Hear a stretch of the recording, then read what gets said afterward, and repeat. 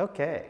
Okay, guys, welcome to AEON3. I'm Bob McCandless. Thanks for coming, everybody. Thanks for people joining us on Facebook. It's 7 o'clock, so it's time for us to get started. It's good to see everybody again. It's nice to have so many repeat visitors all the time. That makes me really, really happy. So thanks, everybody, for coming. Let's just jump right in. Boom. What is AEON3? So AEON3 is a group, and what we focus on is how technology is changing the evolution of mankind, how it is affecting us, how it's making our lives different, what will be the repercussions of these technological changes. We tend to look in kind of segments, so we kind of always go through a little bit of history. How did we get here today? What's about today? And then we move to the next 50 to 25 to 50 years. Really looking at 2020 to 2050 is kind of a slot, and then we go out to 2100 and beyond. And it's a fascinating trip. It's fun to talk about. Any questions about AEON3? Okay. Oh, ground rules. So if you're going to ask a question, just raise your hand and someone will pass you the microphone. Make sure the microphone's on when you talk to it for the new people if you want to ask a question. If you talk directly into the microphone, it's incredibly loud. So listen to the speakers and adjust your volume appropriately so that you sound normal. So we do have some sponsors. One of our sponsors is the dock, who gives us this lovely space. I own the dock, so it's from me doing this for me, so I appreciate me, I guess is what I'm saying. One of the other sponsors that has gone unmentioned for a very long time is Hans from Pixel Mova, who does all of our filming, all of our sound. It's just awesome. Thanks, Hans. And then we also have coffee from Blue Flame Coffee. They give us the most amazing coffee. They're a roaster importer, and they bring all the coffee in for us too, which is nice. So lots of good sponsors. So this session is jobs and money and how to get rich in the future. How to not only get rich, but how to have a career, how to make money. Where do we go? What do we do? Things are changing really fast. And one of the things I do go back and watch these videos just so I can make sure that I understand what I've said, so I don't say something wildly different in the future, which does happen. And one of the things that I've noticed is that a lot of times when I talk, it's very dystopian.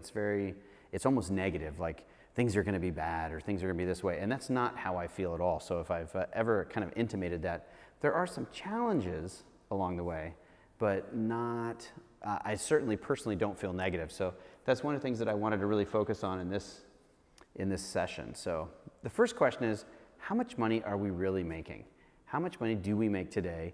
What's going on with our income right now before we look in the future? Normally I'd go way in the past and start back at the turn of the last century or 100 years before that and look at things. There's really no need to, because actually wages have been pretty common, pretty stable. Nothing's really changed in the whole labor, job, worker, boss relationship, really until now. It's right now that things are changing. So I'm gonna go all Ross Perot on you guys. I like how no one gets that. So older folks are like, I got it. Younger folks are like, who the heck is Ross Perot? It's okay, you can look him up. There's this thing called Google. It's amazing.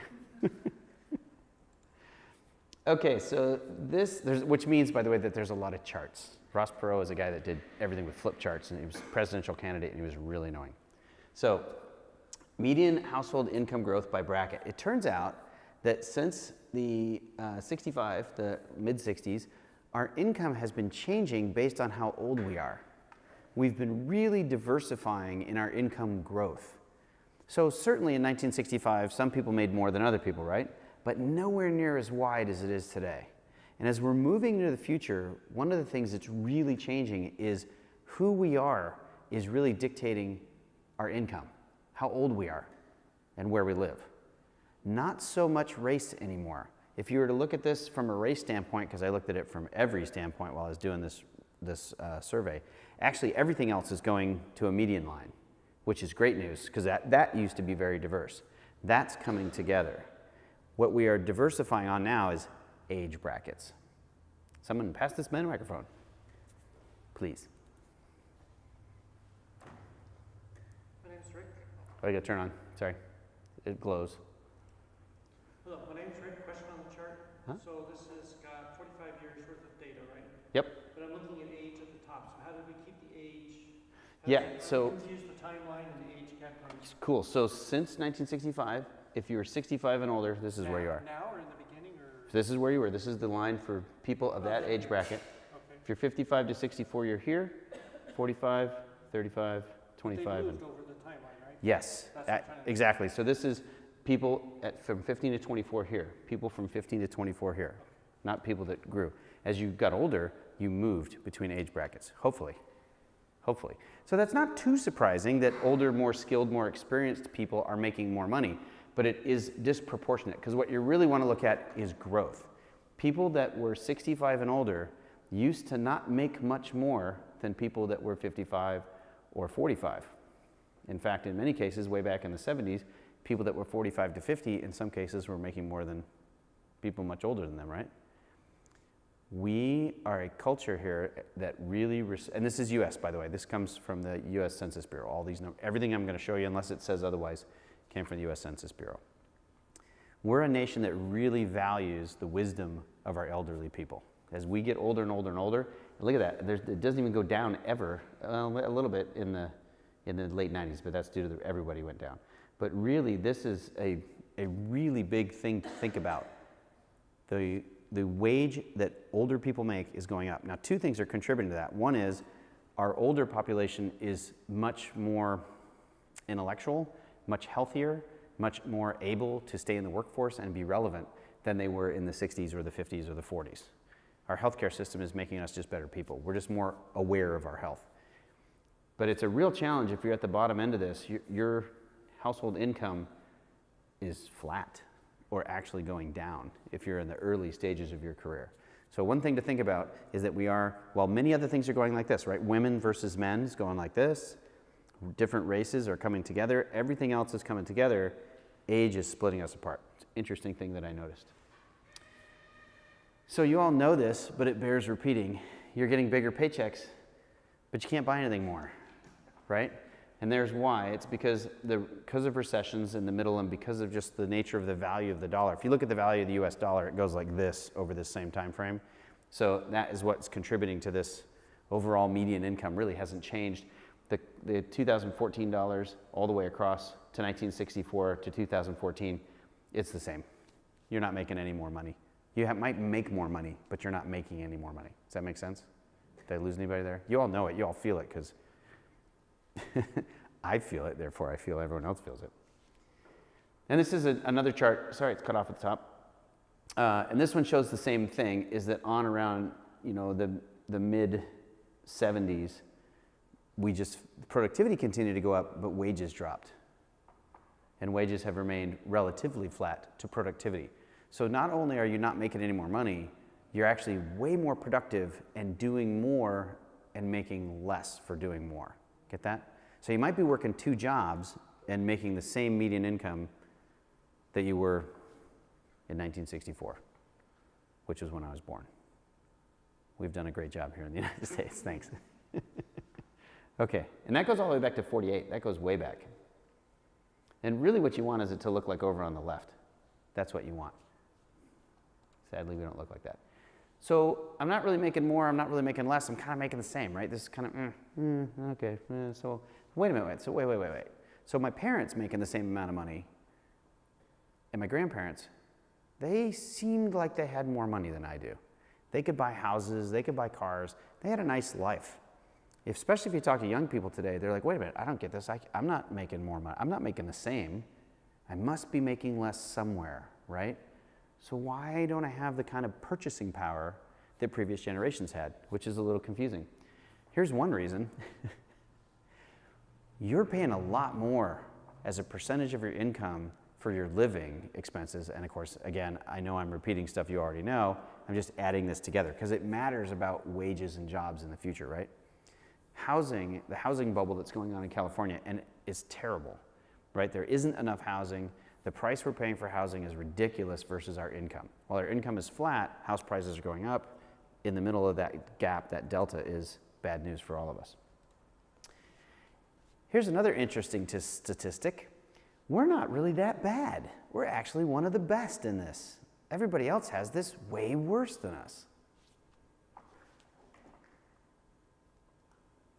So in this chart, it's the whole United States, right? So I'm assuming that's The last one was. This one is worldwide. Yeah, but the United States is one line. Yes, correct. Now, I'm sure that's not California prices. Correct. The one before was California. California and So taking all the states out. all the states out. Let's average them together. Because especially if you look in the Midwest, The Midwest actually has really gone down in the last, like Ohio and places like that. You guys know that. You could buy a house in Ohio for $12, a nice one, 5, 6 years ago. Needed a little repair because the ice and the snow and the things that Californians don't understand had kind of messed it up. But that's changed now. I mean, you could buy whole entire office buildings in Detroit. If you had the money to refurbish them, they would give them to you for $1. That time frame is gone, right? So that's that middle kind of swale in the middle there in the 2008, 9, 10 range.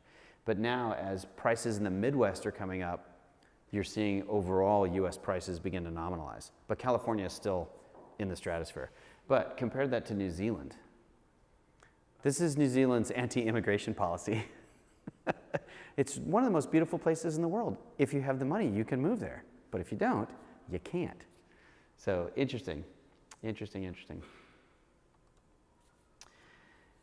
This is the result of those two things, incomes being flat, house prices going up. Currently, a person making the average income in California for an average home in California would have to save 20% of their income for 40 years to be able to get a 20% down payment on the average house. That's some simple math that says, with a 6% growth in price of houses and a 3% growth in income, no matter how much I save, I'm never going to buy a house. You've all heard me say that before. That's something that just all young people know. You might be able to start with a condo. You might be able to get that, but you're really going to have to scrap and save to get there. And that's a good thing because condo prices are going up faster than house prices right now. So that condo opportunity window is closing. So that's something to look at. The other thing too is that what this means longer term is that the only people that will own real property will be people that either inherit it or win the .com lottery and become a YouTube star or something weird, something befalls them money, or they happen to get into a very successful career. For the bulk of us, home ownership is going to become increasingly more difficult, more renters. Rent prices are going up. Most rent prices that are being garnered for house properties right now are less than the mortgage. So if you think it's bad, it is bad. The homeowner is actually losing money renting that house to you for that ridiculously high price. Because they're also trapped in this same investment growth problem. Understand? Because I've seen a lot of young people try to go out and buy income properties and then miserably fail because they can't get the rents they need plus the cost of maintenance in order to break even or make money. It's a big challenge for young people, younger investors. So frustrating. It's just 3%. Can't be that bad, right? Over time, it's bad. Oops, did I skip one? Did I skip one? Sometimes it does that. I did. The other thing we're spending money on is food. But see, we're spending less money on food. And again, you all know this. We used to all go out to dinner all the time. We used to eat really fancy food that was really expensive. We used to buy food away from home, but really that flatlined. We're just flatlined. It went up a little bit in the 70s, and then we kind of didn't grow that anymore. But take a percent of income that we spend on food at home has really dropped. That might change with some of these new designer home food kits, right? Where you're paying more for something that's more pre-made. That might drive that food at home chart up a little. Because now you can get more restaurant style food with less labor at home, but for a higher price. See what I'm saying? That might turn that curve. But the total food curve, no matter what, is going down. We're paying less for food in the United States than we ever have, which is great. That's great. So it seems like food is more expensive, but again, that's just rising inflation, and our rising salaries is keeping pace, and net of our income, what we're spending for food is going down. So there's some good news. It might also mean that we're buying cheaper stuff too, right? We go and we look, we're better shoppers than we used to be. We don't just go and buy stuff. We stop and look at what we're buying. And its competition within the food industry has gotten vicious, right? They're all over each other. So you ask, what about unemployment? Well, unemployment isn't that bad, other than the Great Depression, which sticks out like a sore thumb, right? And the 1890s railroad craziness that went on when all the railroads got broken. 2010 does stick out, but it's not that bad. We've been pretty good, and actually it's way down now. It's down, 5-6% now. It's back down to that median line. So our unemployment has been pretty stable in the United States, which is good. So here's the long-term and regular unemployment rate. This is from 1948 to 2011. So this doesn't account for the current reduction in unemployment. Unemployment right now in the United States averages about 5.6. So up there, see it's 10, but it's dropping like a stone. So it's kind of back down to that, median line again. That was just a peak in 2008 because of the recession that was going on. The shaded lines are the recessions. But what's interesting about that is the one at the bottom. So if you look during the Great Depression, the long-term unemployment rate, people that were so unemployed that they just stopped seeking employment. They were really no longer reporting as unemployed. They'd fallen off any type of social services. They were off. They're just unemployed. That was only 2.6% of our population when we were at 10.8% unemployment. But at 10%, it's at 4.4. That's a terrifying statistic. What that tells you, way back in 2010, is you're heading for a massive increase in homelessness. People at the bottom of the income scale are not going to be able to make it. There's just not enough opportunity at the low end of that. And we've seen the long tail of that from 2010 till now. In the last 8 years, we're seeing massive growth in unemployment. And it's disproportional in Los Angeles. The United States unemployment rate overall went up, I think, or homeless rate, sorry, went up, I don't know the exact number, but I'm guessing it's about 2%. Los Angeles County last year went up 25% in 1 year. 25%. So for every 4 homeless persons, there's now 5. Or 3, there's now 4. Something like that. There's a lot more of them. And you guys see this, right? You're seeing it every year, the compounding of the homeless problem in Southern California. And it's going to get worse. Nothing's going to solve this. I don't see anything on the horizon that anyone's paying attention to this. There's no, new social welfare programs. There's nothing. Los Angeles just decided to spend $4.4 billion on solving the homeless problem by building houses for them. That doesn't solve the problem. The problem is an income versus wage versus expense problem versus cost of housing problem. So building low-cost housing means you can give them temporary shelter. You're not solving the homeless problem by any stretch of the imagination. Make sense? So there's a little thing that you could see it coming way back then, and it's here now. Welcome to the future. So is anyone getting richer? It feels like we're all kind of stagnant, and the people at the low end are kind of, not coming up, and so a lot of people at the very low end are falling off, and it's kind of depressing at this point, right? It gets worse. Turns out a lot of us are getting richer. Well, 1% of us are getting a lot richer. So this is a little confusing, but because the charts are reversed to what they should be. So if you just reverse those to the lines, the darkest is the bottom 40 at the bottom 40% of household income. They're stagnant. From 1979 until 2011, almost no change in real household income. Completely stagnant. Yet costs went up, right? If costs go up and income is stagnant like that, people are just going to fall off if they're at that bottom. The next 40%, by the way, those two are 80%. 80% of our population is there, stagnant. The next one is the 81st to the 99th percentile. That's us.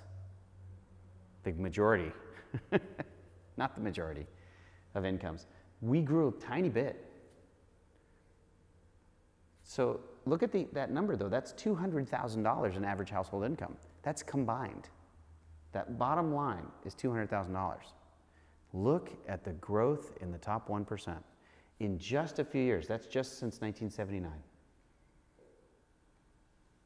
So that wealth inequality thing, this is from Brookings Institute because it says, like I said, if it's not from the U.S. government, then it says. So that's a big number. That's a terrifying number. And of all the things we talk about, I do come back to this thing a lot, not because I'm trying to make a point, but because it's a problem. The wealth inequality in the United States, and it's worse if you look outside the United States. It's really terrible out there. We have better systems for actually managing that, which is why our lower end isn't going like this. They're at least staying stable. Their problem really is costs. Make sense? Any questions at this point? This is the dystopian sad part of the story. I always get you guys really, really riled up, and then I'm like, how do you guys feel now, right? We're still in the rile up part. It's going to go on for a while. So which are the worst jobs to be in today? And if any of you are in these jobs, I apologize. It's not me. This is from the internet. I just read and I tell you guys. I read and observe. So the worst growth jobs, farmers. Don't be a farmer. We're going to lose 96,000 farm jobs this year. Or we lost, sorry, 96,000 farm jobs last year. One of the largest reduction in actual people doing that job.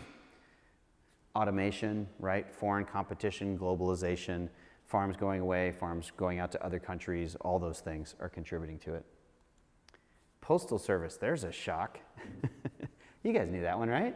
We don't do postal service. 90% of what I get in the mailbox, I don't even want it, right? I throw it away. Newspaper reporter. Makes total sense, doesn't it? Negative 9% growth rate last year. That's not a growing job. You're going to get fired. If you're a newspaper reporter, tick, tick, tick, tick, tick, tick, tick, tick, tick, tick. It's coming around on you. Broadcast journalist, negative 13%. Wow, that's terrible. I like broadcast journalists. I like listening to them. Too bad, you lose. Military personnel. We know it's going to be negative. We don't know how negative, right? Because we haven't got there yet. But in the next 5 years, if you're in the military, you need to be looking for a real job because that's not a job you're going to be able to stay in. That career military job, very few people are going to get to have that luxury. We're just not going to maintain the millions and millions of people we have in the military. It's just unnecessary due to technology. The government's been doing a really good job of resisting technology to continue to employ people. This was a big concern, I know, because we worked on a project with the military, which we'll not talk about, where we could have saved lots of cycles and automated stuff, and their answer was, no, we're happy letting humans do it.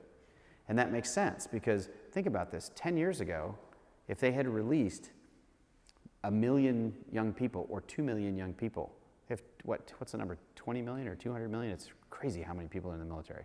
If you release 20% of all military personnel, because out of redundancy, out of technological improvement, when our economy was already tanking, it would have been a disaster of epic proportions. Now as our economy is starting to do better, what are we going to do? We're going to reduce that military, right? So this is going to be a problem if you're in that field. You should either be at the high end or make sure you've got a way out.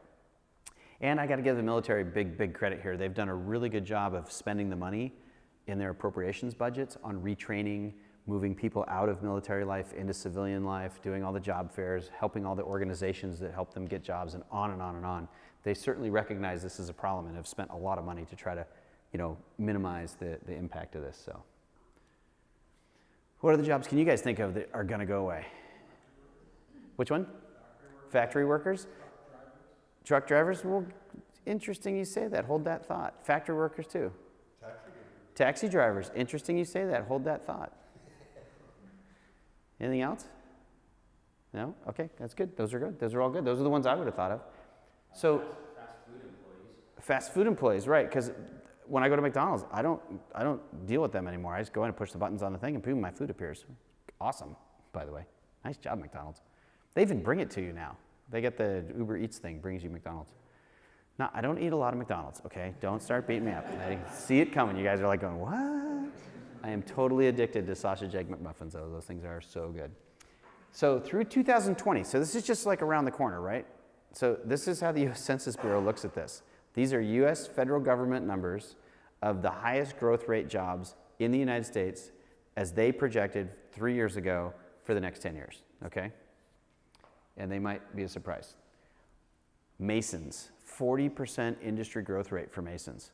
That kind of makes sense. A lot of the houses that were built in the 60s and 70s don't have sufficient artistic masonry work, right? They look really dated today. And adding a little masonry work makes them look better. Who does this work? It's a problem. There's not enough of them. Can you guys pass the mic over that way?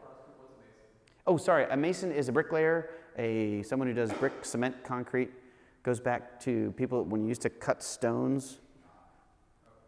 And then you get master masons, which is that guy over there. So yeah, so Masons is also a fraternal organization that actually goes back to the beginning of time of people who cut stones.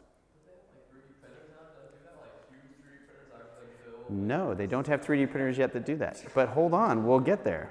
No jumping ahead. But masons is a big growth right now because it makes sense. We have a lot of brickwork that's either broken or not there. The minimalism of the 60s and 70s and really into the 80s, it wasn't till the 90s that we started putting nicer stone faces on houses, right? And then they started looking better. You know, that little detail that's about halfway down the wall on the sides of the garage, and posts and pillars with caps, you know, that look really cool. We got back into architecture design a little bit, and suddenly everyone's house looks like crap. So growth in the masons. Oop, I skipped one. I saw it. It did it. There'll be more jobs because of rebuilding. Exactly. Rebuilding is a huge thing. Yeah. Yeah. And we've had a lot of natural disasters. You know, the fires and the earthquakes. You need stone workers to come back in and rebuild those fences and rebuild those facades and do that stucco work. And it's just a huge shortage. Another thing there's a huge shortage of, you all know this, right, is nurses. Nurses, we expect next year, 711,000 new jobs in America. Or, I'm sorry, by 2020. This is by 2020. That's a lot of jobs. That's 2 years. That's a lot of jobs, right? That's a lot of nurses. If we don't find the nurses right now, we're going to have we already have a huge shortage. It's going to get worse and worse and worse. And this goes on. Home health care, another one, huge, 700,000 new jobs. That's because more and more of us, as we get older, we want to stay out of nursing homes, right? We want to have home care. We want that for a reasonable cost. We need more people in this field so that it nominalizes that price cost, so we don't have to have a higher educated paid healthcare provider. And technology makes this more doable, right? The getting emergency help for a home healthcare worker in the 60s and 70s and 80s and really into the 90s was tough, right? Because you'd have to call and then you'd have to wait and the time is ticking by. Now you can just take your phone and hit that 911 button. The 911 tracks the phone. They call you on the phone. You can have the speakerphone on. You can be assisting and giving care while they're on their way and talking to you. You can get a doctor on the phone. It's amazing. The ability to have home health care is really skyrocketing, so this field is growing dramatically, obviously. Personal care. So this is a little different. This is physical therapists, anybody that's in like the personal care. So trainers fall into this, personal trainers, yoga professionals, people like this, people that are helping you be a better you, not people that are assisting you because you need assistance. These are people that are helping you be a better you. Make sense? So that's also a huge growth area. And food service. Food service. We had Lila here the other day doing the vegan chef, 16-year-old vegan chef. Food was pretty good. And she was showing us food from the future. This is a growing industry, right? Think about all those meals now that we can buy those meal kits. That's a weird shift in the food industry and a whole new market for them. This includes chefs, servers, preparers, dishwashers, everybody. The whole industry is growing dramatically, which is great. Truck drivers. Through 2020 is a massively growing industry because, of course, there's more of us, right? Our population is growing, we're spreading out, our cities are more spread out. We have not invested significantly in new types of infrastructure for delivering materials from our ports, so we have to use trucks. Ta-da! And materials handling. People that drive forklifts, people that stock shelves, people that handle materials. This is a big growing field right now. So if you're looking for the next 2 to 10 years, these are all jobs that are going to be in demand. Taxi drivers was a declining one, whoever said taxi drivers. That is going down like a rocket. What did you guys notice about all those jobs? They're all service jobs, and with one exception, there's something else I wanted you to notice about them. That was the first one, they're all service jobs. Well, actually, there's 3 things I want you to notice. That was one. The other one I think you already got. They're all going away, except maybe the mason. But most of those are either service jobs or they're temporary jobs that technology is going to eat them, right? They're in a race against technology, most of those jobs. Materials handling, come on, robotic forklifts, right? You're not going to, yeah, you're not going to be a truck driver for 20 years. You're not going to be a career truck driver. But right now, it's a good deal, and there's growth, and if you're looking to make, 40, 50,000 a year, there's the third one. With the exception of nurses, and even really nurses, nobody on that list makes any money. Those are all low-end jobs, service jobs, 30 to 50 range. None of them, except nursing, really are, and masons, are really careers. That's what the U.S. federal government says are growth industries. Awesome. How you guys feeling right now? See, we're on that down curve. We gotta turn that around now. Teachers is something that they didn't identify, and I agree with you. I think teachers is a huge growth area. I think I think the problem is when I go through the next part and I bring you guys back up, right, and we see the opportunities for the future, then it will become patently obvious we're not teaching people these skills.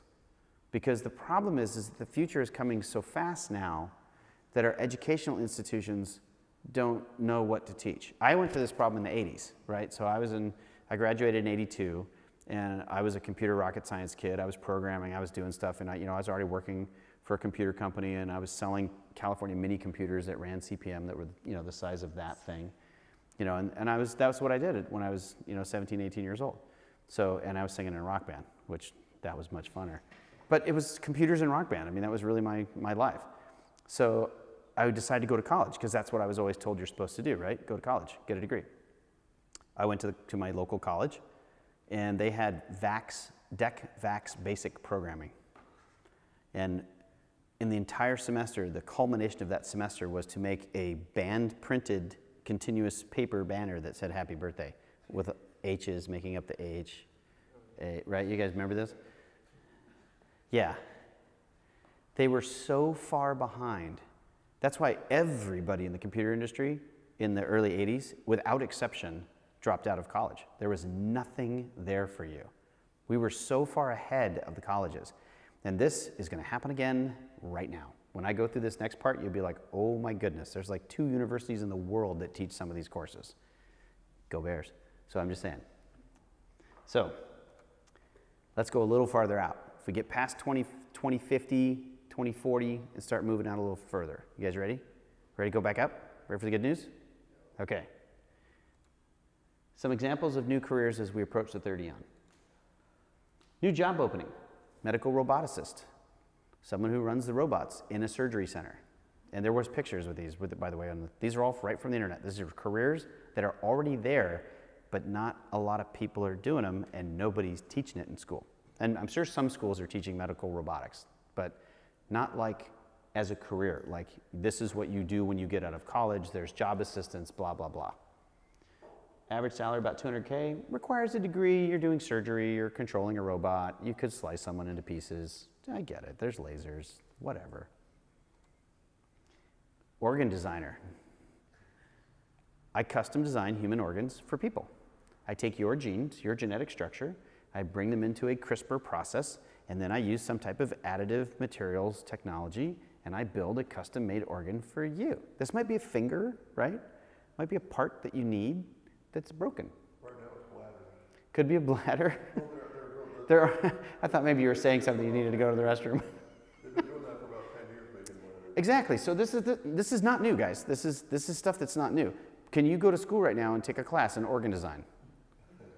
Exactly. To your point, there's going to be a problem with our education. There already is a problem because these are the careers that young kids should be learning about and thinking about now, and they're not, which is a problem because the future's coming more rapidly. How many people are familiar with Kurzweil's law or the law of accelerating returns? I know you are. So Ray Kurzweil came up with this idea that as we go into the future, we have access to more information. Therefore, we build things in a shorter time frame. So the faster you go into the future, the faster the future comes at you. And you get a curve that goes like this. And he calls it the singularity, which he lifted from a guy named Werner Vinge, who in 1973 wrote a paper called The Singularity is Near, I think. I might have said that wrong. Sorry, Werner, if I said it wrong. At the University of San Diego. And Ray Kurzweil and him are very good friends. Ray was the director of the MIT Media Lab many years ago. And Ray's written a whole series of books, but what he's most known for is Kurzweil's law, or the law of accelerating returns. And this is it in play. It's exactly true. The faster you go into the future, the faster the future comes at you, and the harder it is to deal with, because by the time you understand, it's already in the past. Get it? And one of the things that amazes me in doing these sessions is the mix of people. We get very young people sometimes, 16, 17 years old, and we get very elderly people, 80, 90 years old, and everybody in between. And they all go through that learning curve at the same speed, from my observation, because everyone's pretty with it these days. There's not a lot of variation, old person to young person. So we should be training people to be organ designers. We'll get there. So cybersecurity, everybody knows cybersecurity is a good job, right? But this is an AI cybersecurity partner. This is someone who works along an artificial intelligence in a partnership and works together to solve problems. The AI gives them probabilities, they run down as a human and use their human fuzzy logic pattern recognition to figure out, is this a threat, is it not? And sometimes AIs will need translation layers between humans and computers.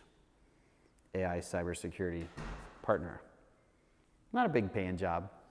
Probably should have a degree, probably a low degree. Space tour guide. Anybody learning space tour guide right now? Somebody's got to do it, right? It's coming up. It's going to be here in 50 years. It's going to be in 20 years. Somebody's going to be doing this job. No degree required. Pays really well. It's kind of, you know, is it more dangerous than a taxi driver today? I don't know. It might be. It's right up there. Simulation engineer. Someone who's designing simulations. Anybody who's ever programmed an experience in Second Life is a simulation engineer, right? What was that, 10 years ago? People were simulation engineers. People that create video games, but not the people that write the code. People that engineer the simulations, right? That do the art, that think up and dream up the worlds. As the tools get better to build augmented reality and completely immersive virtual reality, this job comes along where you use tools and you assemble simulations for people, right? What other kind of simulations are possible? Say again? Augmented reality, sure, that's a good one. I was more going for simulations, not additive. Think about when we talk about quantum computing. What's quantum computing really good for? Simulations, right? It can do the math to run multiple scenario simulations that humans can't do and our current computers can't do it. So someone needs to design the simulations for those quantum computers to run in order to understand what's called bifurcations, or many different choices that can be made and what are all the potential outcomes of those choices. So simulation engineer is going to be a big job. I don't think it's going to be one that requires a college degree because you're leaning very heavily on the data that the AIs give you, and you're leaning very heavily on the tools, and you're assembling components, right? Like a lot of software developers today don't have degrees. They're just in software engineering. They're just assembling the components together and producing product. That's different from someone that's coding as a computer programmer. Make sense? So this to me is an engineer, not a coder. A additive material construction specialist. Somebody said 3D printing. Will you? Yeah, there you go. 3D printing, but think of this much bigger than what you're thinking today. Today, additive materials, this I mean specifically in the construction industry, specifically at exactly what you said. Building materials to build buildings from. Building spans and additive material structural pieces that can be put into an airplane wing, and on and on and on. This is a construction job like wielding a hammer, just the hammer's a little more fancy. It does not require a degree. It pays about what a good construction job pays today. All these salaries, by the way, are equalized to today's rates, right? Today's economy. Depends on inflation what they actually get, but as you guys know, even if you make more, it doesn't mean you make more. So I don't think that's a degreed job. I don't see a lot of people in the construction industry today with degrees. Engineers, yes. Construction people, no. It's a working job.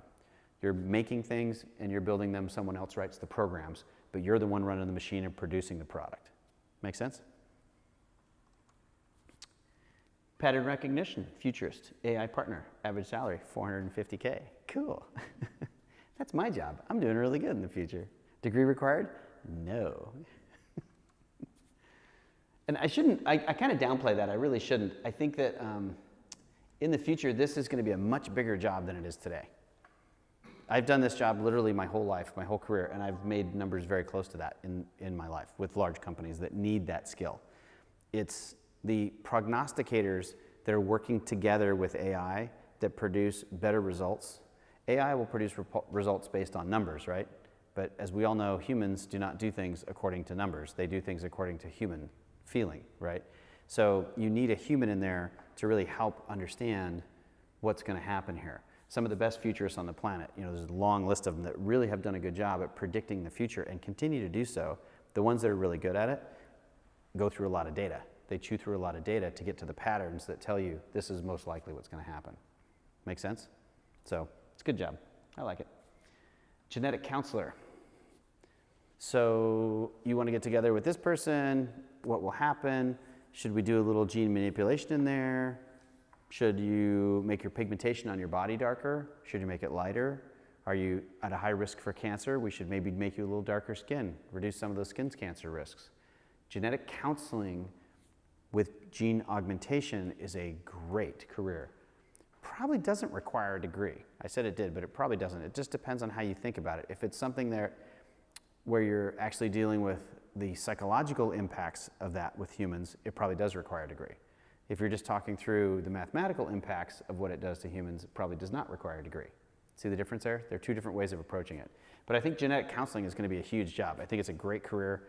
I think that as we're starting to do these things, I don't know if you guys read that China had already done that and has gone in and augmented some genetic structures using the CRISPR techniques. For those of you who don't know this, CRISPR is a technique that really reduced the time and the cost of changing genetic material and adding to it or taking away from it and then making multiple replications from it. Developed at UC Berkeley. Go Bears. I did not go to Berkeley, but my daughter does, so I'm still in that. So genetic counseling is pretty cool. Gene programmer, very different than a genetic counselor, right? This is someone who's actually doing the mechanical work of programming the genes, working with computers, going through the stuff, doing the job. There's a physical part of this, of putting material in and out of the machine and clean room running. That's going to be a big, big job. Brain augmenter. Someone who goes in and loads data into you and makes you a better you. As we link our brains to outside sources, which is something a lot of people are working on, and we're able to enhance our cognitive ability, someone's going to have the job that we go to, like an obstetrician, to do that for us. You don't want to be self-medicating in your living room with brain augmentation. It's probably not a great idea. Make sense? Probably hadn't thought of that one. Weather controller. We have all kinds of technology to control the weather. All kinds. We're just not using a lot of them today on mass scales. As we start to use those, we'll need to, because humans are having such an impact on weather, we can do things to reverse that, which means turning on and off machines, water management systems and stuff like that to control the weather. Probably not a degree job, probably more of a technician type job, like someone who works for the gas company today and rises up to, a senior engineering job at the gas company, or someone starts out at the electric company, gets up to, working at the nuclear power plant, but might not be handling the nuclear materials. So that kind of job, it's a technician type job. Spaceport traffic controller. Somebody's got to do that job. Ships are coming in, ships are going out, there's no gravity. If you bump into it, stuff just flies in every direction. You guys saw that in the movie Gravity, right? That was a totally accurate simulation of gravity. No degree required for this one. Surprise. Conservationist. That's a really good idea.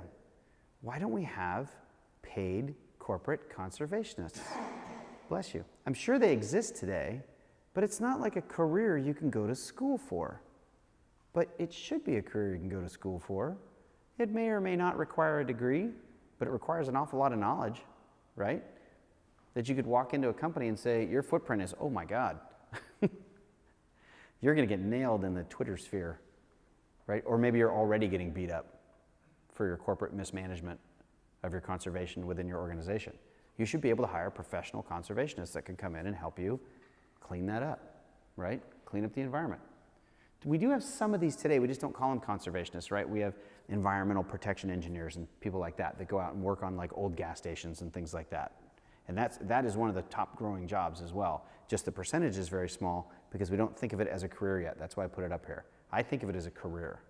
As we push against the earth more and more and more, we're going to need a person that helps us push back, helps the earth push back, right? In a safe way for us. So I think that's a cool career. I would like that job. Bioengineer, you guys knew this one. People that actually go in and engineer biology, build things, they actually design it. They're not the people doing the jobs. You notice how there's a whole smattering of jobs in here. There's technician jobs, there's worker jobs, there's thinker jobs, there's super smart person jobs, there's super common person jobs, right? There's every kind of job in the future that there is today. But because the future's coming faster and faster and faster, they're different. They're different jobs. If you're trying to save the coal workers, you're on the wrong track. We're not going back to coal. You all know that, right? I hope everybody knows that. So I've heard it said that if the 20th century was a century of physics, the 21st century is a century of biology. Of biology, I totally agree with that. So one of the things that is a requirement, which I know you guys have heard me talk about, is that in order to get to the third eon, humankind has to become masters of biology. Today we know very little about biology. We know a lot, but I mean, compared to what there is to know, in order to make the leap that we all want to make, you have to not be concerned with anything biological.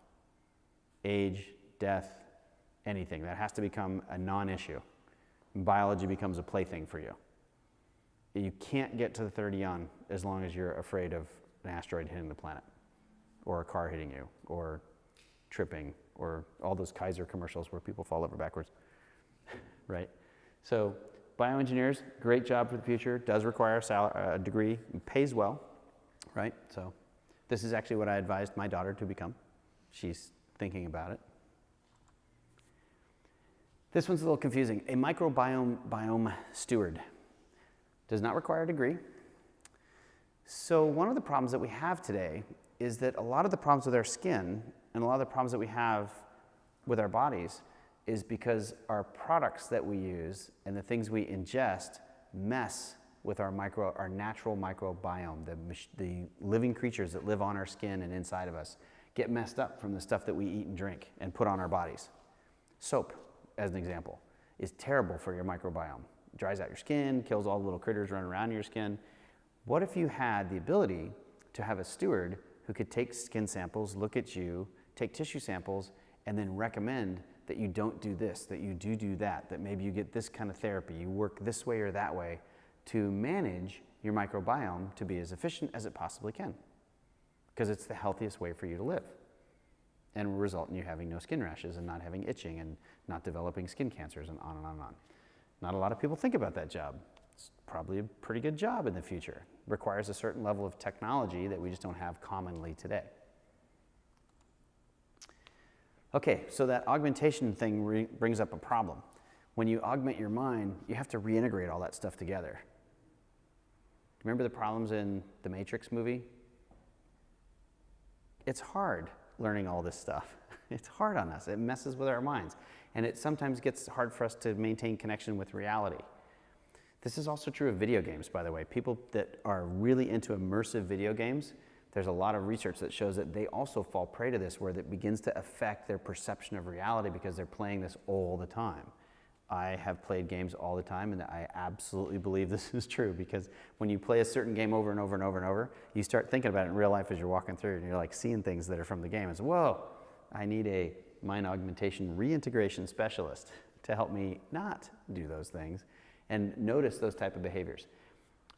As we become more cerebral and less physical, the cerebral becomes something that will build new careers. And that's more what I want you to get, other than this particular career. There will be a lot of careers in the future that are about how we are healthy in our minds, the way today we have careers that keep us healthy in our bodies. Make sense? Because what we're going to work on a lot in the future, and we're doing it now, is our minds. Right? We're getting so much information and so much knowledge and so much ability and so much augmentation that it's going to get tough. It already is tough for us to really understand and work through all that. And we might need some help in that. So I think there'll be a whole section of new jobs that will come into that area, which I find pretty exciting. Organ farmer. Somebody's got to, just make those organs and grow them. They have to be grown. You can't we can do additive printing. That's one way of making organs. But in a master of biology world, it's actually much cheaper to just grow them, right? Just make them. Use stem cells and use CRISPR and design them and then build them and then push the button and then they grow like plants. Grow organs. It's awesome. This also works for synthetic meats, right? This is all kinds of synthetic biological tissue farming. It's a huge opportunity in the future. Giant area. Does not require degrees. Can't say that enough. That is not a degree job. That is a great paying non-degreed job. Some of the biggest money I'm seeing coming out of the vegan world right now, and not the vegan world, sorry, the vegetarian world, is artificial synthetic meats. They're real meat, but they're synthetic. They're being grown instead of being grown. That didn't come out right. Instead of being born, they're being grown. There we go.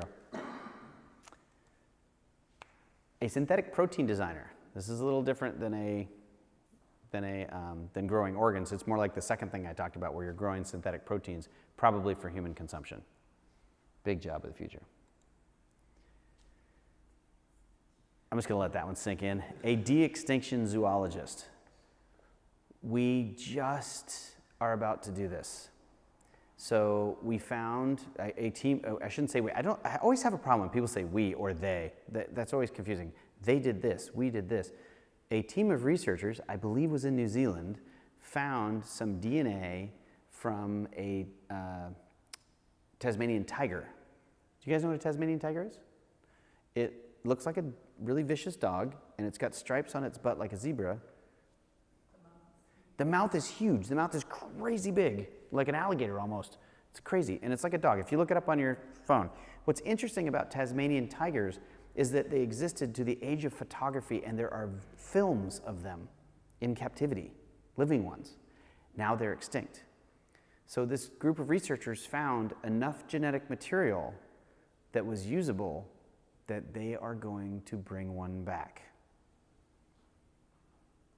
It's like Jurassic Park. It's a de-extinction engineering zoologist job. How do you bring back animals you know nothing about? How do you feed them? What do they eat? How do they live? What's their microbiome look like? On and on and on and on and on and on. It's a zoology problem. This is going to be a job. It's got to be a job because we're bringing them back. And as we get better and become those masters of biology, what are we going to do? We're going to bring them all back, right? Because I want to see what a tyrannosaur looks like. I want to see what a mastodon looks like. I want to go to a zoo and see these amazing animals. Zoologist.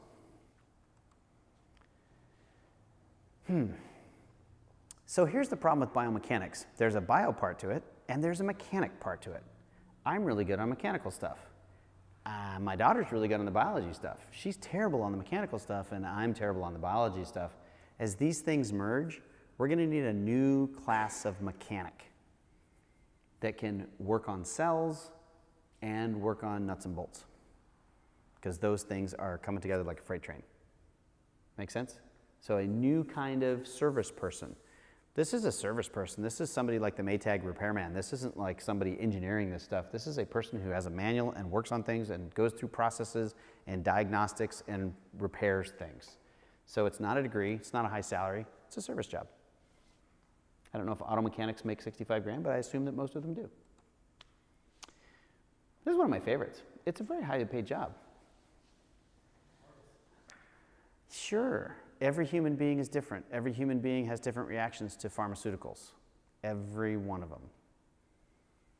As you become masters of biology, it makes sense that you would want to hire someone who had enough knowledge and skill that you could safely use pharmaceuticals.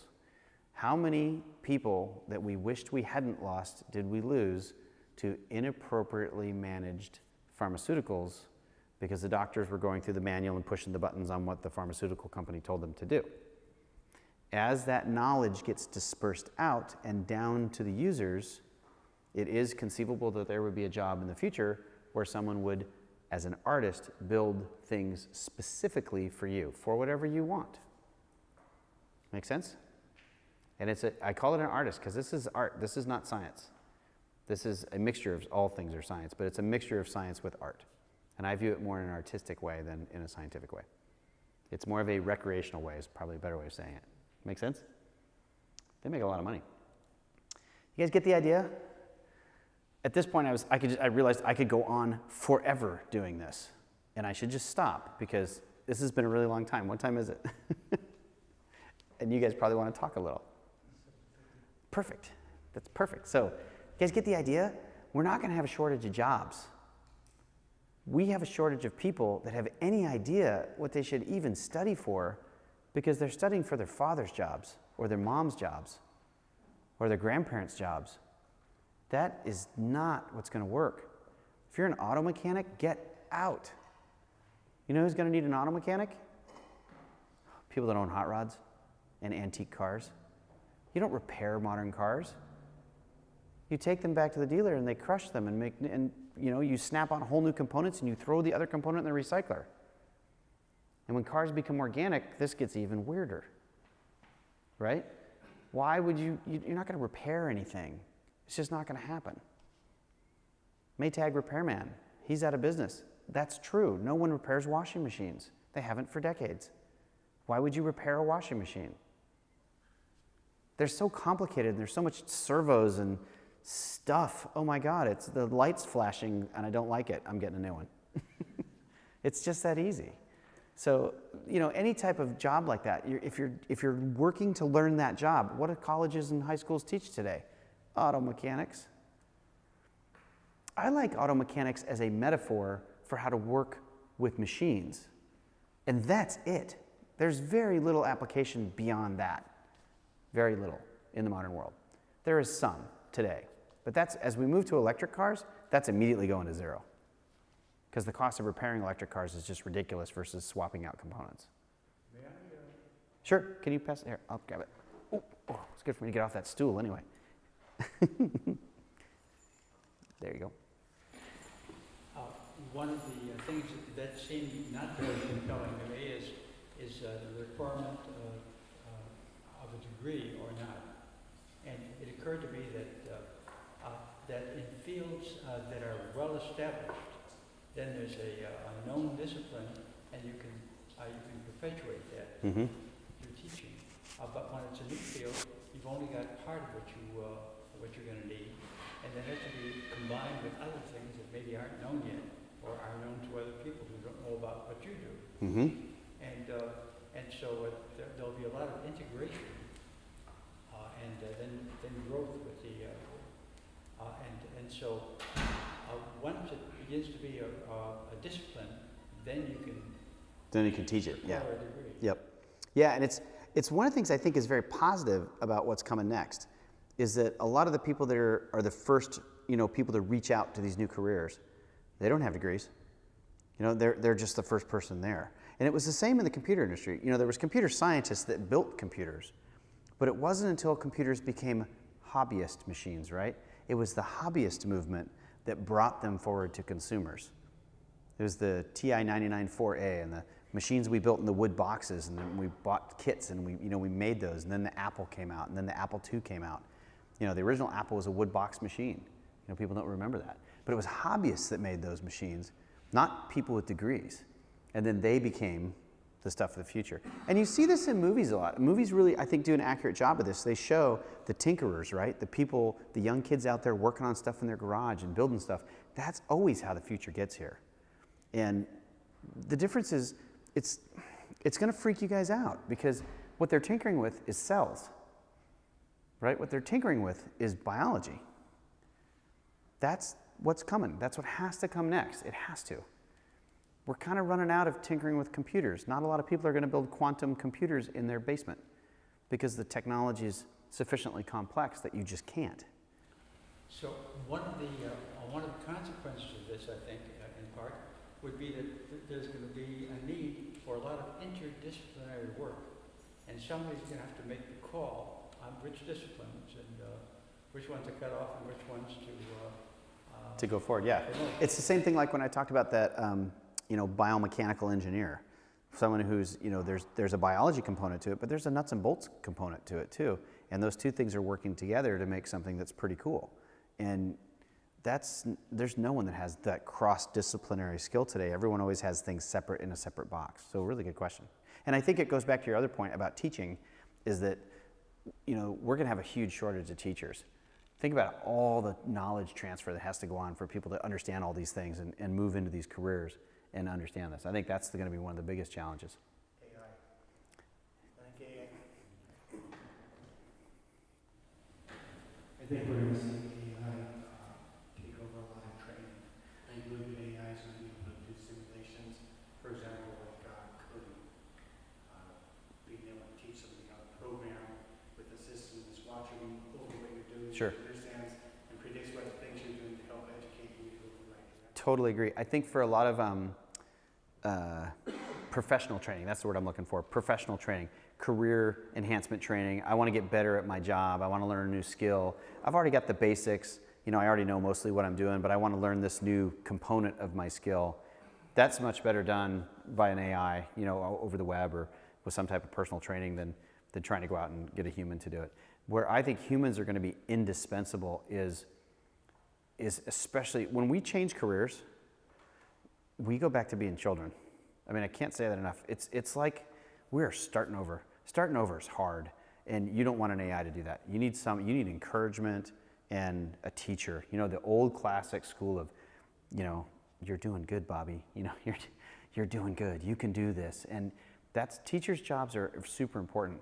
And I'm not young, but if I started trying to do something completely new today, I would want a teacher. I couldn't do it on my own. I'm just not that good. Some people can, but I couldn't. So I really think that as we all go through, you know, shorter careers, that's the reality too, is that our careers are going to get short because technology is going to make jobs come and go much more quickly. That we're going to have to, and that means retraining, and that means more teachers and more AI as well. There's going to be a lot of retraining. And I've seen this in environmental engineering. Trying to train environmental engineers is tough because it's such a different thing than what people are used to, you know? It's just a completely different career. So I had a buddy of mine that went through the retraining program for that at one of the local universities, and it was terrible. It was hard. It was hard because he was, you know, life is like this. Oh no, it's not. Completely new ideas. And when you're not, you know, in your 20s, that becomes much more difficult to grasp. Well, one of the other things we need to do as a society, if you will, is we need to start coming up with better toys for the kids. So rather than the old chemistry set, we need a gene manipulation set. We need a grow your own plant thing, grow your own, your own organs kind of toys. We need more relevant toys. Yeah, and at a time when I think you're right, and toys could be, you know, taking the future here, we're seeing a lot of toys going away. And I don't know if you've been to Toys R Us lately. When they're open, I think they may be going the way of the dodo. There's nothing in there, and it's terrible. I wandered around there looking for a present for I think an 8-year-old, which I realized by 8 years old you don't go to Toys R Us anymore. If you're pretty much past 5, you're done with them. There is no toys for kids that age, and I think it's a huge mistake. I think what we did is we switched toys for the internet, and the internet isn't tactile. I just can't say that enough. It's not tactile. It's not something you touch. It's not something you run around with. It's not something you take outside. It's on that bloody screen. And I guess we do take it outside with mobile devices, but if you're out playing Pokemon, you might get run over. So, it's probably better indoors. So it's a problem that, when my kids were growing up, one of the greatest toys we ever got for them was, and they still make it, it's a globe. It's just, like a normal US globe. And then it had a little computer program in it, and you could touch the wand to different parts on the globe, and it would identify cities, countries, and then you'd play games, and it would be like, okay, and the games got progressively harder. Like name the capital of this country, or tap the capital of this country, or find this city. And find a city on a globe is not easy, and especially in Europe and North Africa, it's almost impossible. So we got really good at that game, and then what happened?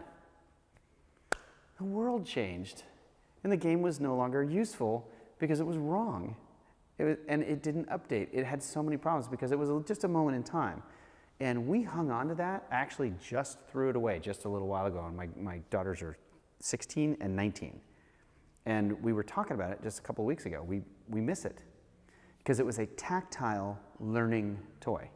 So IBM just came out with a little robot. I don't know if you guys have seen it. That it's actually a little, Cosmo. I think it is called Cosmo. Yeah, and it's a little tyrannosaur. It looks like a little dinosaur. And you talk to it, and it learns with you, and it gets smarter, and it learns you, and it starts to tell you stories, and it answers questions. But it's a little more touchable, feelable. But it's still an AI in a box. It's an AI in a doll, and at least that's a step forward.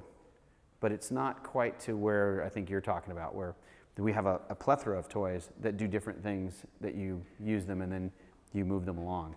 So there's very little like that today, and I think it's a mistake. But we'll figure it out, as our kids grow up and they're dysfunctional because They spent too many hours playing Call of Duty. We'll go somewhere from there. Sorry, Call of Duty people. I like Call of Duty. No, you go ahead. You got the microphone. Seeing how you talk about movies a lot, What? how do you see that changing with jobs in the future? Movies and jobs? Entertainment and artistic. Oh, I can already tell you the entertainment industry, is that what you're talking about? How is it going to change? Yeah. Oh, okay. Because I was going to go down a different tact. So I'll go down both tacts because that's more fun. So the first thing is, when you see something in a movie that you know is going to be the future, and I talk a lot about Blade Runner 2049. You all have that homework assignment. If you haven't seen it, see it. The protein farmer. That's it. That's a job. That's a job of the future. And it was so interesting. I like farming. I like growing things. I like doing garden beds. I want to build garden beds out here, and I talked to some people yesterday. I want to build a whole robotic farm out there that runs itself. It'd be so cool. You're all nodding because it's cool, right? That'd be totally cool. That whole aspect of future farming to me, with AI, with robotics, blended together, they showed very well in that movie, and it was interesting to me. And it's when you, like I said, when you see jobs in the future in movies, okay, Judge Dredd, probably not a job, but a protein farmer, probably a job. So in Hollywood, how that's going to change, it depends on us. It depends on what we accept and how fast we accept it as a delivery mechanism. So today we have a problem with the future of the entertainment industry, and it's called the screen, right? All your entertainment comes to you through a screen, either a movie screen at a movie theater, which you'll watch for this much of your life, right? Because it's uber expensive, and that's going to get worse, by the way. So one thing that's changing there is instead of 300 movies coming out a year, there's going to be like 30 movies a year. But they'll be big and they'll run for longer. And that means the theaters have to change. Bigger, fancier chairs, serving wine and beer, right? Steak dinner with your theater. It's going to move towards more of an experience that they make more profit on because they don't have as many of those, right? Which I think is better. When I go to the movie theater, I'd like it to be really amazing. Something that's more amazing than my giant big screen with my amazing surround sound system. Of, that's pretty cool. So it has to go up from there. But until we move the screen, your living room is your screen, right? Sure, we can make bigger screens. At CES this year, they now have finally folding, rolling, flexing screens that are like paper, and you can unroll them. That's kind of cool. Is it? I mean, it's kind of cool. I mean, I could not have a TV on my wall, and then I could roll the TV down like a shade, and then roll it up, and it's very 19-something, right? It's just a screen. It's a cooler screen. Then we're going to go we went from 720p, and then we went to 1080p, and then we went to 4000p, and now we're going to go to 10,000p. At 10,000p, you're approaching the human eye's limit of reception. And that means any picture you're looking at looks 3D if there's sufficient depth of field in the image. It will look 3D to you, even though it's not a 3D picture, because there's enough resolution that your eye will just interpret it as 3D. That's cool, but it's still a screen. What would change in your viewing habits with these screens? Nothing. Like you sat in front of that little tiny cathode ray tube that was like this big and watched black and white TV in the 40s or 50s. You sit around the living room in your lounge chair. You had to be a lot closer. Now you can be back farther. But really from your viewing habits, nothing's going to change because you're stuck with the screen. Get it? Do you get what I'm saying? So the stuff that is produced is always produced for a screen. That is a hard and fast limit.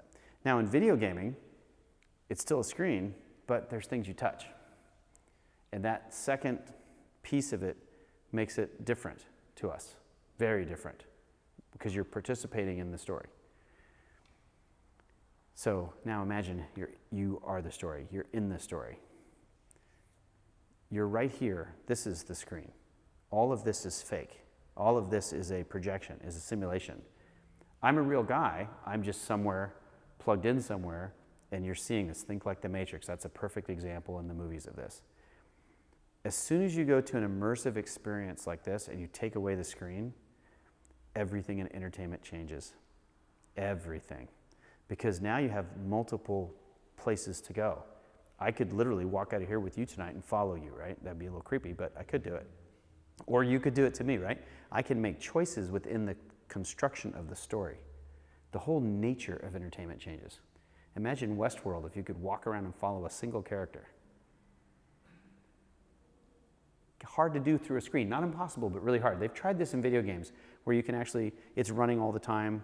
There was one called Phantasm years ago, and you could walk around and follow characters, right? You've all done this in video games where you've had your own choices of where you go. But this is different when you move to immersive reality. Make sense? Can I ask another question? Sure.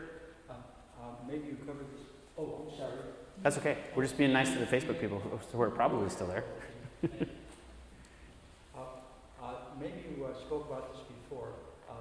In the 60s, I think there was a prediction that most production could be done by such a small fraction of what had been the workforce that we have a big leisure class. Remember leisure suits? Yeah.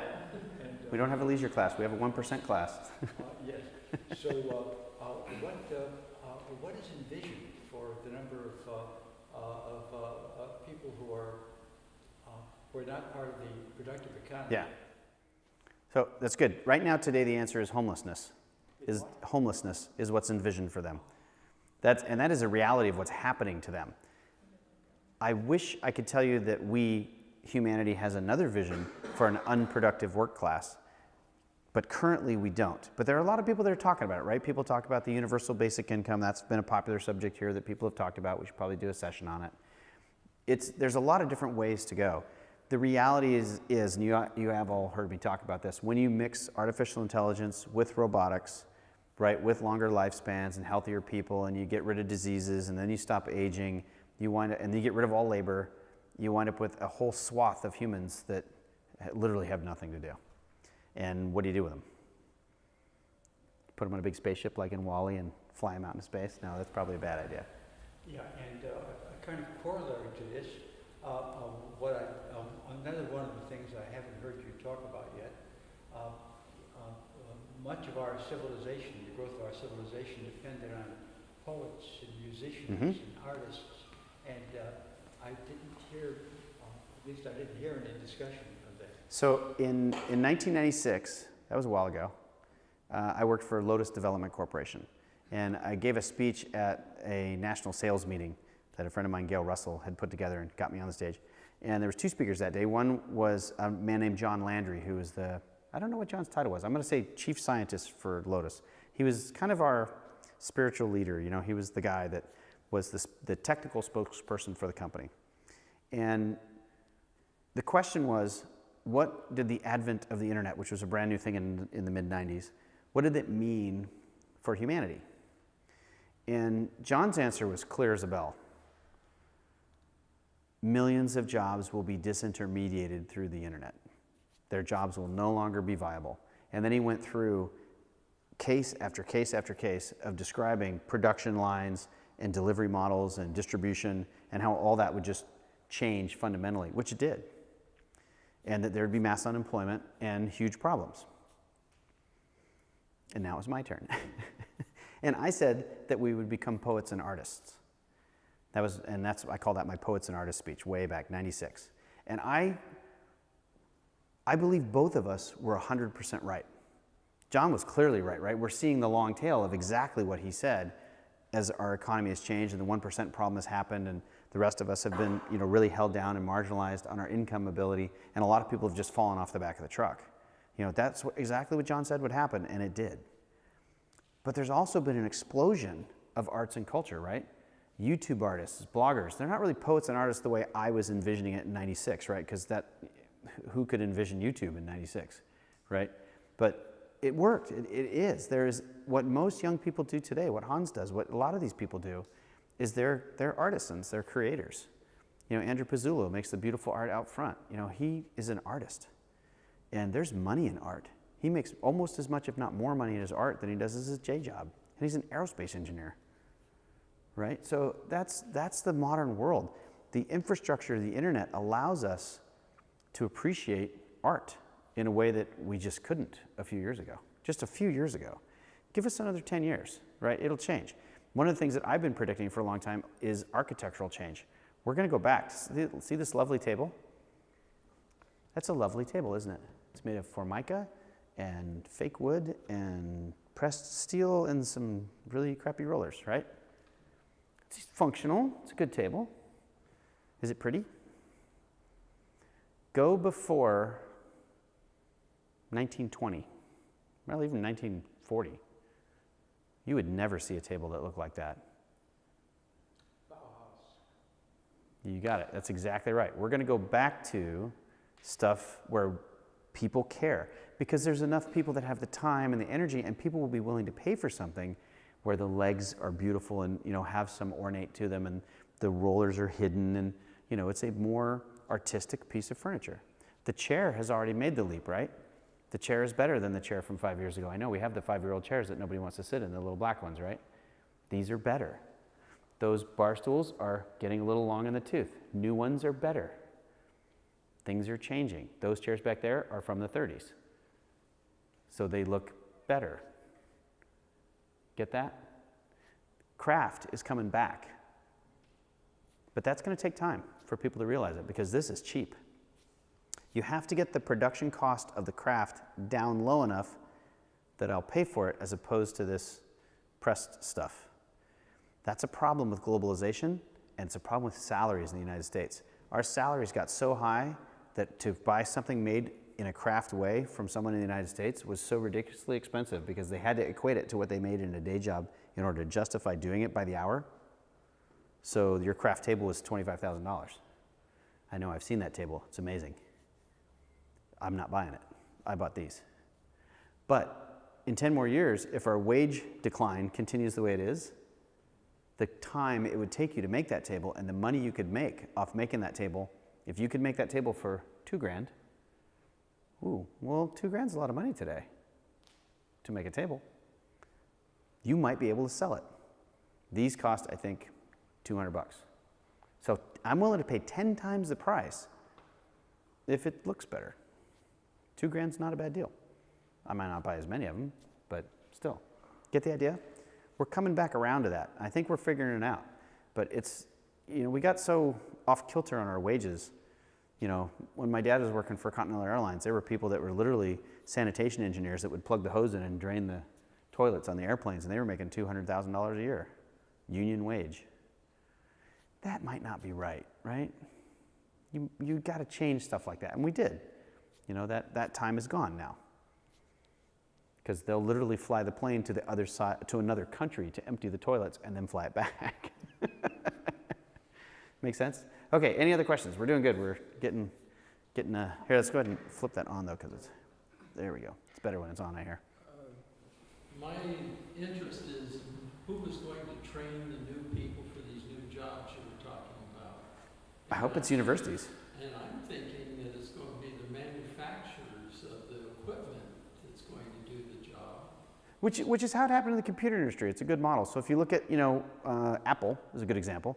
You know, the beginning of Apple or the beginning of Atari, that, you know, they hired smart people and then they trained them on what they were doing, and then they did what they did, and then they either made it or they died, right? Depending on, did anybody want their stuff? The other, if I can remember, geez, I lost it. It'll come to you. I'm just going to have some coffee. Well, I'm trying to think of the point. All I know is, where will they find the employees? How will they know that the employee has the skill set? So employees never have the skill set that a manufacturer wants. Well, but Ever. mechanical aptitude. Yeah, that's the difference. Some basic skills. And there's a lot of places when people do research today to hire people, when they have programs to hire people, if you look at some of the smartest companies, they don't do it the way they used to do it, right? They don't go through and say, you know, where do you think you'll be in 5 years? You know, they don't have that conversation. They have you know how Google does it, they have a committee, I think it's 5 people. And a committee of 5 people together and then separately interview you for the job. And then they get together and they have to all agree for you to get into Google. Do you guys know that? They have to agree. If someone says, nope, I don't like this person. And individual people, it's easy to fool me, right? It's easy to get, you know, make a connection with me, figure me out, study me, get past me. You can get past one person. It's really hard to get past 5. So some of that is the nature of the way we look at employees. I've never looked at an employee for their resume. What a resume tells me is two things. Do they stay at their job very long? Are they bouncing, right? If I see somebody that for more than 10 years has more than 5 jobs, I got questions. I didn't make a decision, but I have questions. I want to see those 2-year hits, right? 2 to 3 years. If they're not given 2 to 3 years to a company, at least a couple of them in the last 10 years, it's them that's the problem, not the company. I'm looking for that pattern. But beyond that, a degree to me means that they had the ability to get through college. If they're young, it means they had the ability to get through college and focus and probably know nothing. If they got through college and now they've been working out in the workforce for 10 years and they've got a couple of those 2 or 3 year jobs, they're probably perfect, right? They've probably got stick-to-itiveness, an ability to learn, an ability to commit. They're probably a reasonable person. And now I'm interested in interviewing them. But that's really all I get off the resume. I don't look at the job they were doing, how much experience they had, the awards they won, what their degree's in. I don't really care about that. I care more about the character of the person. And then when I get them in front of me, I'm able to learn more. If I had a committee of 5, I use the people that I have. That's really all I can do. But I think it's a challenge. I think a lot of the newer companies are changing the way they interview, hire, and retain people, because finding good people isn't hard. Finding the right person to do that job is hard. Because young people today also, they have 2 problems. One is they're very marginalized. We talk about this, young people. They're very challenged in trying to get the opportunity. The second thing is there's so many different things they can do. They're so entrepreneurial, because they have to be, that it's difficult to get them to focus, right? They float off. They all float off. It's very easy for them to float off.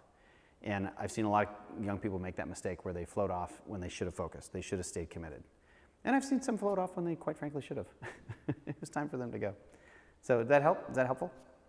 Sort of? Cool. Okay, anybody else? Going once? Going twice? Okay, then I'm going to say goodbye to the Facebook people because we've kept them way past their bedtime. Thanks very much, everybody, for coming. And at that, we'll go and switch to our table conversations. Thanks very much.